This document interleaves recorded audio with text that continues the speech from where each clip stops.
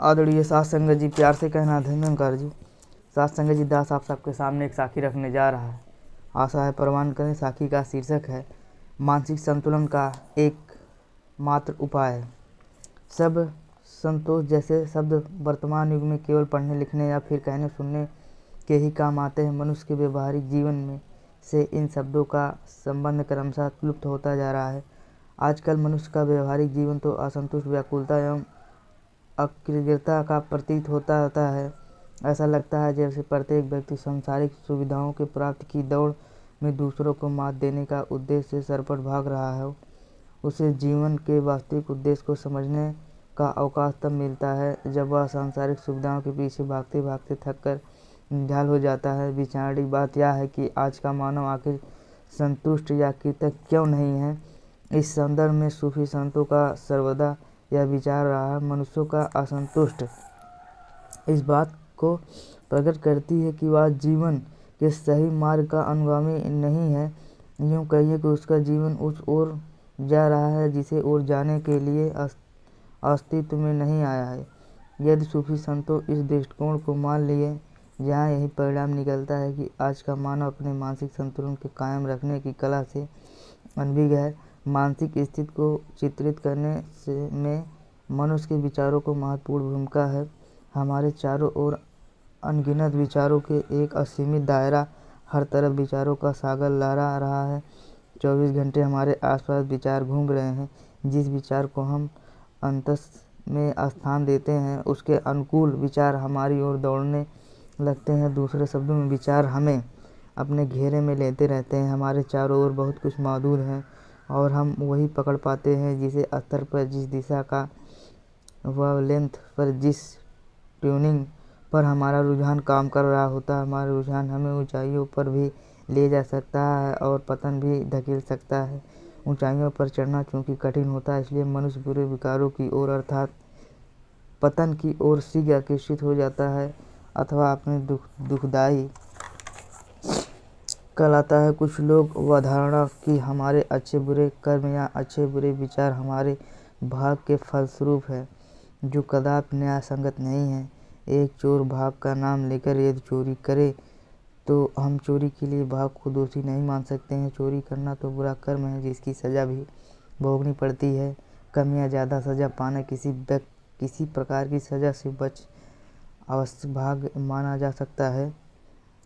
वस्तुतः कर्म के परिणाम को ही भाग्य की संज्ञा देना उचित है। अतः यदि हम मानसिक संतुलन के स्थायित्व की इच्छा रखते हैं तो हमें शुभ विचारों को अपने अंतस में स्थान देने का यत्न करना होगा। बुरे विचारों से अपनी रुचि को हटाने की चेष्टा करनी होगी। बुरे विचारों से रुझान को बदलने के लिए स्वयं को तैयार करना होगा।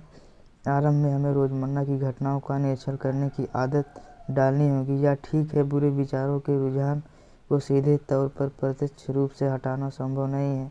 जब हम अपनी व्याकुलता को मिटाने की भी चेष्टा करते रहते हैं तो और भी व्याकुलता हो जाती है। यदि हम संतोष की प्राप्ति को ही जीवन का लक्ष्य समझ लेते हैं तो कभी संतुष्ट नहीं हो पाते।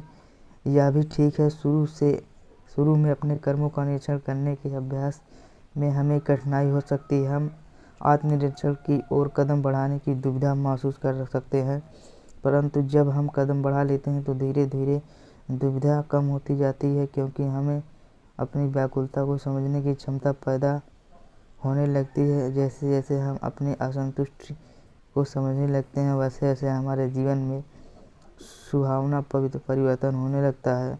वास्तव में रोज़मर्रा के कर्मों का आत्मविश्लेषण करने का अभ्यास हमें जीवन में बहुत से सदुपयोग से जोड़ देता है। उदारता, प्रेम, पवित्रता और हृदय की कोमलता जैसे गुण हमारे स्वभाव के स्वतः ही सहमत होने लगते हैं। प्रेम के अधीन हम में तेरे मेरे के अंतर ही पकड़ ढीली होने लगती है। हमारे हृदय में किसी के प्रति भी वैर या ईर्ष्या की भावना दुर्बल होने लगती है और हम जनमानस की सेवा करने के हम प्रसन्नता का अनुभव करने लगते हैं।